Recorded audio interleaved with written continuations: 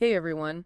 You ever get that feeling? You're out and about here in the DFW and suddenly the sky just looks different. Oh, yeah. Like a weird, almost greenish light, and you just know, right? Like something's brewing. Absolutely. Yeah, that heavy feeling in the air. It's like the calm before the storm, literally. Totally. And, we're no strangers to severe thunderstorms here in North Texas. They're pretty much a regular part of life, especially this time of year. You said it's spring and early summer. That's when things really start to get interesting around here, weather-wise. For sure. So today we're doing a deep dive into something super important for everyone living in the DFW: severe thunderstorm watches and warnings. Because let's face it, knowing the difference between those two can literally be life-saving. Exactly. We've been digging into a bunch of information from the NWS and other local sources, all focused on severe thunderstorms, watches, and warnings, specifically in our area, the DFW. Right, because we want to give you guys the most relevant and up-to-date info possible. So, our mission today is simple. We're going to break down those crucial differences between a watch and a warning, equip you with the knowledge to stay safe, and maybe even a little bit ahead of the game when those storms roll in. Sounds good to me. Knowledge is power, especially when it comes to the weather. Okay, so let's just jump right into it. What is the core difference? When the weather folks say watch versus warning, what should be going through our minds? Well, think of it this way. A watch means conditions are ripe for severe thunderstorms to develop. But it doesn't necessarily mean they're happening right now. Okay, so it's like a heads up, like, hey, things could get dicey later, so keep an eye on the sky. Exactly. It's like the Weather Service saying, we've got all the ingredients here for some nasty storms. Be prepared. Got it. So it's all about potential, not necessarily an immediate threat, right? Right. A watch is really a call to action to stay informed, monitor the forecasts, and dust off that severe weather safety plan. Okay, so watch equals be ready, be informed. Now what about a warning? That sounds a bit more urgent. Absolutely. A warning means a severe thunderstorm is happening or is about to happen, like right now in a specific location. Oh, wow. So that's a take cover immediately kind of situation. Exactly. It's time to seek shelter. No messing around. Okay, so watch equals potential, warning equals imminent danger. Got it. You got it. And remember, warnings are very specific. They'll usually tell you the expected hazards, like hail size, wind gusts, even possible tornadoes. And they only apply to a small area for a limited time. That makes sense. So it's really targeted information telling you what to expect and where. Exactly. The NWS does a great job of providing those hyper-local details. Okay, so we've got watches and warnings. Now, you mentioned earlier that DFW is kind of a hot spot for these severe thunderstorms. What makes this area so prone to them? Well, we're kind of in a unique spot geographically, right on the edge of the Great Plains, where warm, moist air from the Gulf of Mexico collides with cooler, drier air from the west. Oh, right, like a clash of the titans, and we're caught in the middle. Uh-huh.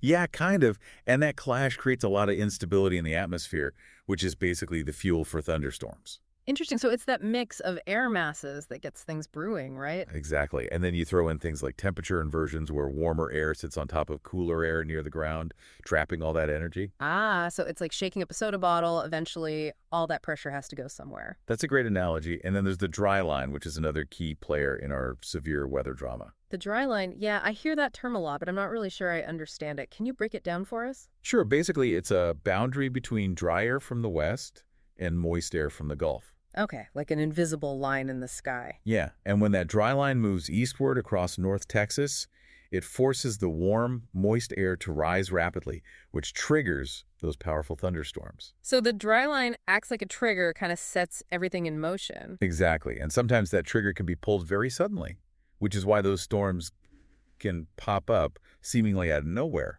Makes sense. So we've got the clashing air masses, the temperature inversions, the dry line. It's like a recipe for some wild weather. It really is, and the NWS knows this, which is why they have such a sophisticated system for monitoring and predicting these storms. Right, because forecasting these things accurately is critical. So what tools do they have in their arsenal? How do they track those storms? Well, first and foremost, they rely on Doppler radar, which is like their eyes in the sky. You can see inside those storm clouds, pinpoint the location, intensity, and movement of rain, hail, even tornadoes. Wow. So it's like a super-powered weather X-ray. In a way, yes. And they also use satellite imagery, which gives them a broader view of cloud patterns and atmospheric conditions. So those swirling, colorful images we see on the news, that's satellite imagery, right? Exactly. It helps them see the big picture. And I know they also launch weather balloons. What do those do? Those balloons carry instruments that measure temperature, humidity, wind speed, all that good stuff at different altitudes. So they're gathering real-time data from the atmosphere. That's pretty cool.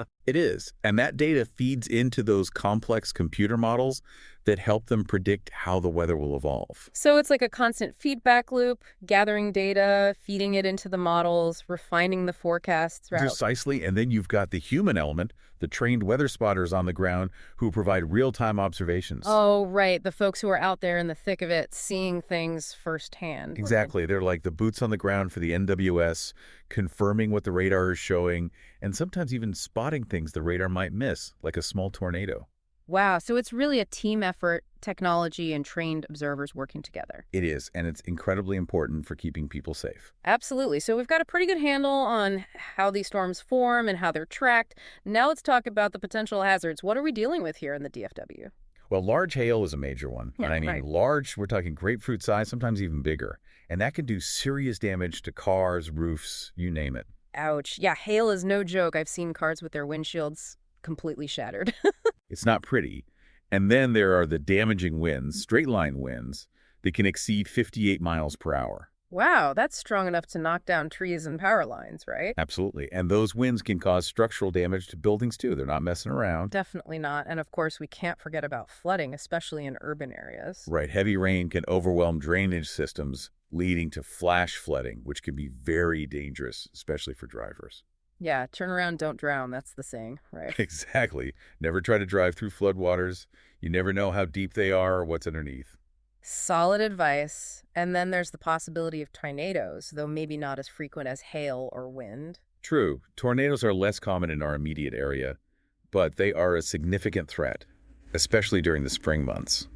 Right, so we need to be prepared for all of these hazards. They all pose a serious risk. Absolutely, and these storms can have a huge impact on our lives here in the DFW beyond just the immediate danger. Right, like the disruption to our daily routines, power outages, flooded roads, all that. Exactly. Severe thunderstorms can really bring things to a standstill, and the economic impact could be significant too. Think about business closures, property damage, the strain on emergency services. It's definitely something we need to take seriously. So, knowing all this, what can we as residents do to stay safe? How can we be prepared? Well, first and foremost, stay informed, monitor the forecasts, sign up for weather alerts on your phone, have a NOAA weather radio handy. So, multiple ways to get those warnings. Don't just rely on one source. Right, because you never know when one might fail. And have a plan, a severe weather safety plan. Okay, a plan. What does that entail? Well, identify safe places in your home, a basement, an interior room on the lowest floor, away from windows, and stock up on emergency supplies, water, food, flashlights, batteries, a first aid kit. So, basically, be ready to hunker down if a warning is issued. Exactly. And know what to do if you're caught outside. Seek shelter in a sturdy building immediately. Don't try to outrun the storm. And what about driving? Any advice there? Avoid driving, if at all possible, especially during heavy rain or hail. But if you're already on the road and a storm hits, pull over to a safe location, away from trees and power lines, and wait it out. Got it. Safety first, always. And earlier you mentioned that there might be some subtle weather differences within the DFW area, like Dallas versus Fort Worth. Is that really a thing?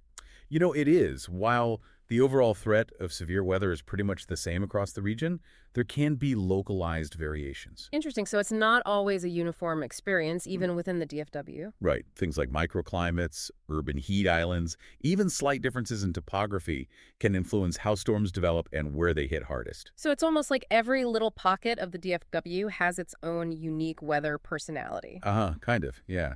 And it's something to keep in mind when you're tracking those storms. For sure. So bringing it all back to those NWS warnings, why are they so crucial for our safety? Well, they provide that critical lead time, those precious minutes that allow people to take action, seek shelter, get to a safe place. Right, because sometimes minutes can make all the difference. Absolutely. Those warnings can literally save lives by giving people the information they need to make smart decisions. So understanding the difference between a watch and a warning, staying informed, having a plan, it all comes down to being proactive, right?